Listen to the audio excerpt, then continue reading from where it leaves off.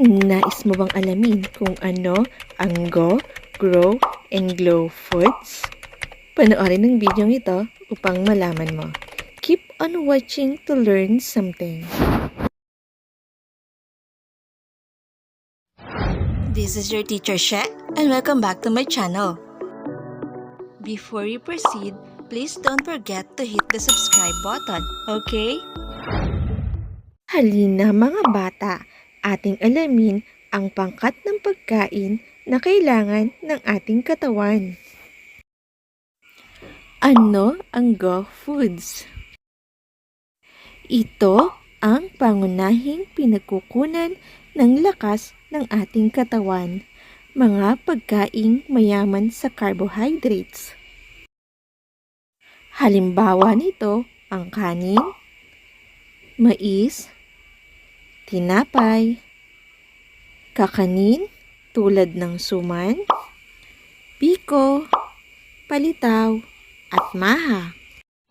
Pansit katulad ng miki, bihon, at kanton. Ito ang Go Foods na binubuo ng carbohydrates na tagapagbigay ng lakas ng ating katawan. Ano naman ang Grow Foods? Ito ang protina na kinakailangan sa pagbuo at pagkumpuni sa himaymay ng katawan, pagbuo ng utak at iba pang bahagi ng katawan upang ang mga ito ay manatiling nasa mabuting kalagayan. Pinalalakas din ito ang resistensya. Narito ang mga pagkaing mayaman sa protina. Mga isda at iba pang lamang dagat.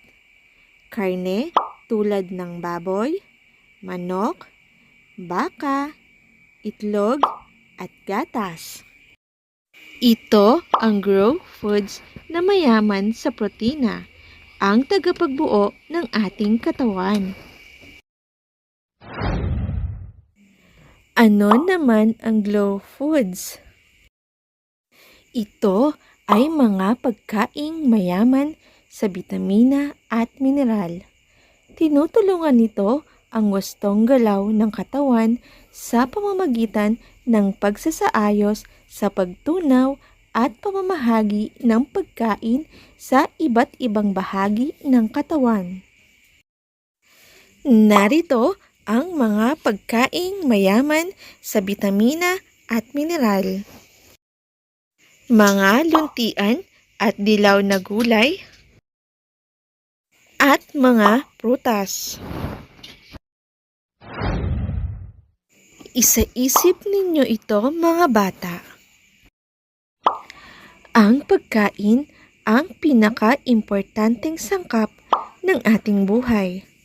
Sa wastong pagkain, nanggagaling ang ating lakas upang makaya ng gumawa ng mga bagay.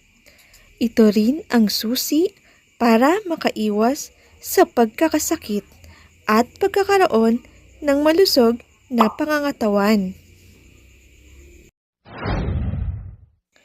Subukin ninyong gawin ito mga bata. Isulat ang tama kung ang pangungusap ay tamang gawin at isulat ang mali kung hindi nararapat gawin. I-comment ang inyong sagot. Number 1. Ang pagkain ng mais, kamote at gabi ay nakapagbibigay lakas. Number 2. Mainam sa buto at ngipin ang kape. Number 3.